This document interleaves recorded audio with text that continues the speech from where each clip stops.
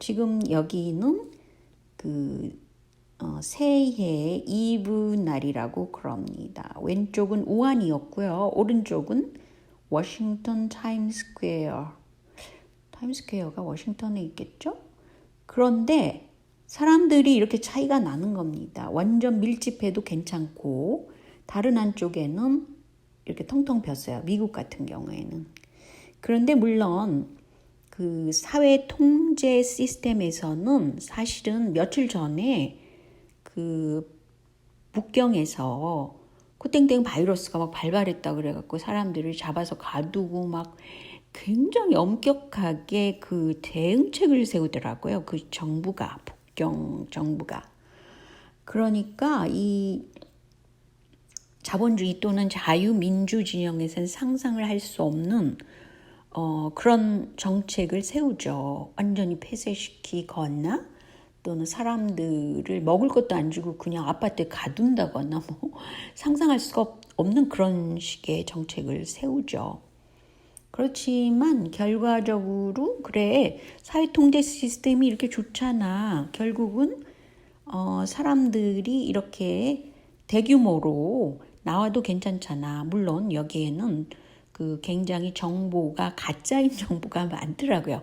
중국 정보가 그 정보 자체가 뉴스 자체가 그러니까 숫자를 막 거짓말을 시키고 막 그런 게 많이 있어요. 제가 요새 들어서 그걸 더 느끼죠.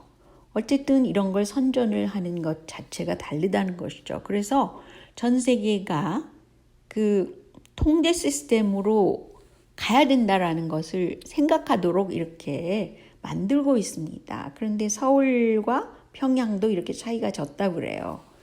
그래서 결국은 많은 사람들이 이 통제 시스템을 통해 가지고 사람들을 통제하는 거 그거밖에 할 수가 없겠다. 이렇게 어쩌면 생각할 수도 있겠습니다.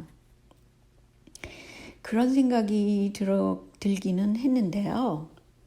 그런데 그렇다면 지금 한국 정부가 취하는 방향, 야당을 이용해 가지고 지금 어떻게 됐냐면요. 야당 지지율을 굉장히 높인 것은 윤석열을 통해서도 그렇게 하는 것이죠. 그것은 박근혜를 탄핵시킨 세력인 그 중앙 매스컴이 윤석열을 이틀 동안 막 띄워줬었죠. 뭐 만나기도 하고 그래서 결국은 윤석열 지지를 이끌어낸 겁니다. 매스컴을 통해서. 그래서 결국은 그 많은 사람들이 야당에 기대를 하도록 그렇게 지지율 조사 발표를 하는 거예요. 실질적으로는 야당의 지지율이 그렇게 높지 않더라도 일부러 그런 것을 만들어내는 것입니다. 근데 제가 지금 또 찾아낸 건데요. 윤석열 씨에 대해서 반대 측에 있는 사람들, 그 사람들은 국힘당, 국민의힘이라는 그 야당의 비리는 단 한 건도 소환 조사를 안 했다고 그래요. 이 윤석열 씨가. 가령 황교안 아들 입시 군대 비리 뭐 이런 거 손도 안 댔고요. 나경원 부정입학도 손도 안 댔고요. 또 뭐 기타 등등 많은데 특히 이 윤석열 씨가 이명박계라는 설이 좀 있죠. 그래가지고 뭐 익성도 조사를 안 했다 이런 말이 있고요. 또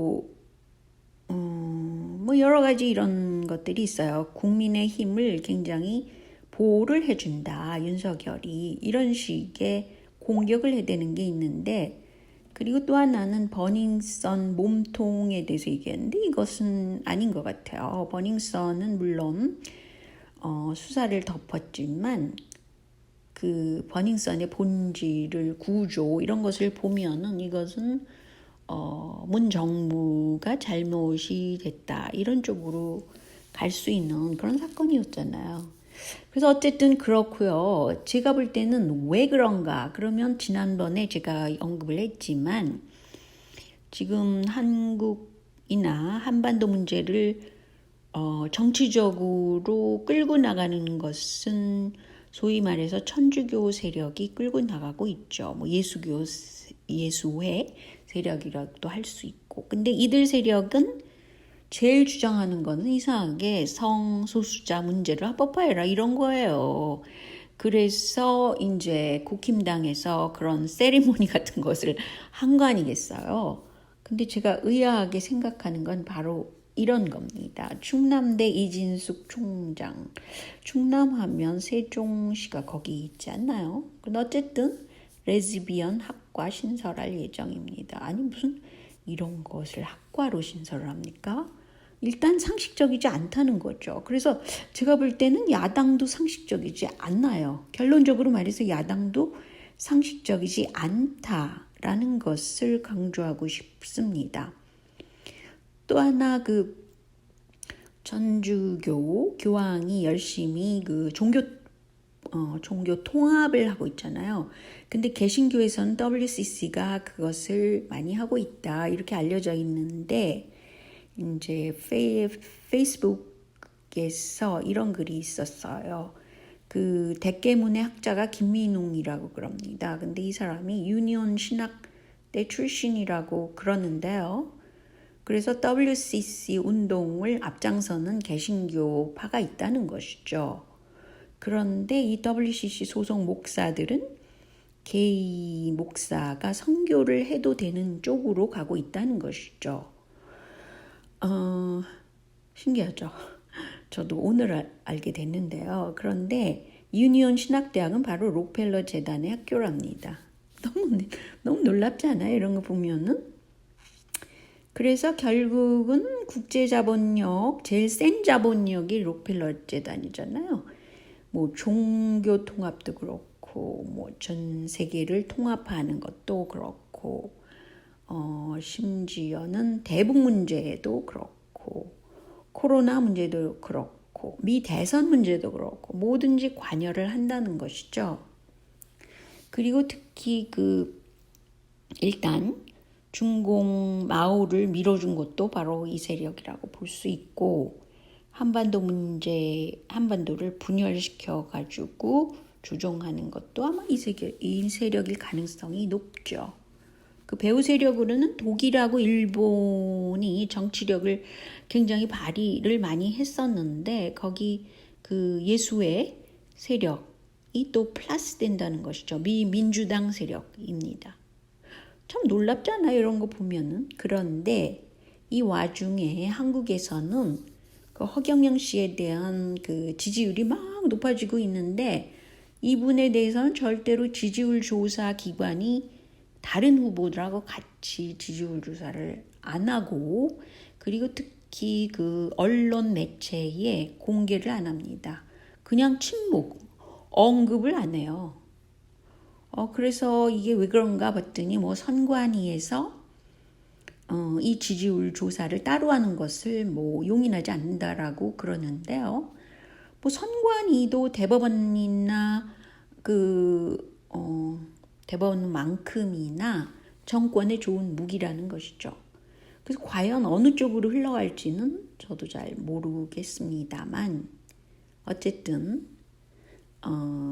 그런 문제가 저는 있다고 생각합니다. 오늘 길어져서 2개를 해야 되겠는데요.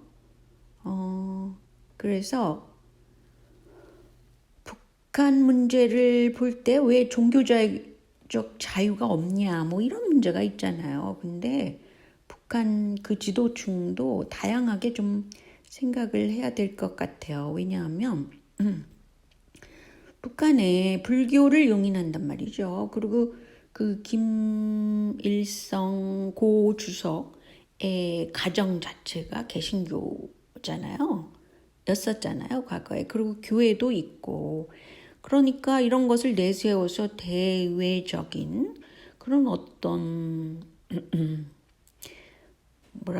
대외 발표를 많이 해야 되지 않나 이런 생각이 드는데 러시아의 푸틴의 경우 이 페이스북에서 본 건데요. 러시아 정교가 있잖아요. 그랬는데 이때에 1917년 bol셰비키 혁명이 일어났을 때 완전히 박해를 받아서 순교자들이 엄청 많았단 말이죠. 성직자들, 지식인들, 농부들 학살됐죠. 혁명 때. 그랬는데 푸틴은 지금 현재 러시아 정교회와 공산당 사이에 화해를 추구한다고 그래요. 2012년에 푸틴은 뭐라 그랬냐면 러시아는 혁명이나 또 그 1991년도에 그 소비에트 연방 체제가 막 붕괴됐었잖아요. 그렇지만 러시아는 1000년에 걸친 그런 지속되는 역사가 있다. 그러면서 굉장히 어떻게 보면 민족주의적인 그런 언급을 하면서 그 국가 자체의 파괴는 일어나지 않았다.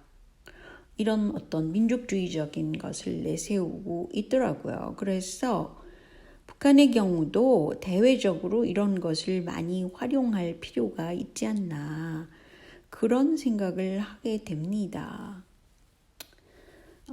그래서 제가 쇼크 먹은 것은 바로 이 한국에서 드디어 레즈비언 학과를 언급하는 대학이 있다는 거.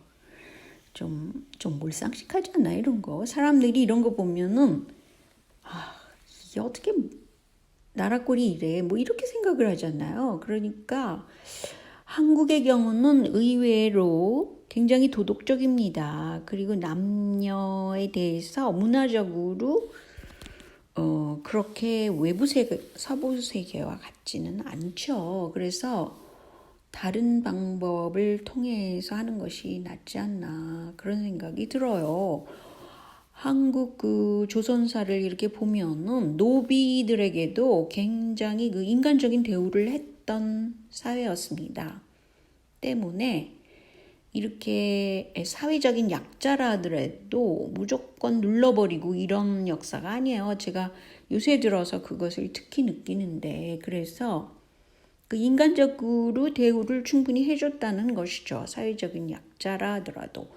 물론 고위층에서 먹고 살 게 없고 대궐에서 먹고 살 게 없는데 양민들을 수탈하고 그런 거는 있지만 그래서 동학혁명도 일어나게 되고 그런 거 아니겠어요? 그렇긴 하지만 상당히 도덕적인 것 그런 정신이 있었다는 것이죠. 그런 어떤 고유의 문화 그리고 굉장히 오래된 역사 이런 것을 무시하면서 세계 통제화 세력이 들어가서 뭔가를 한다는 것은 조금 힘들지 않나. 그래서 대우를 해줄 것은 충분히 대우를 그러니까 존중돼야 될 문화가 있다는 것이죠. 아무튼 그게 제 생각입니다. 여기까지만 녹음하겠습니다. 안녕히 계세요.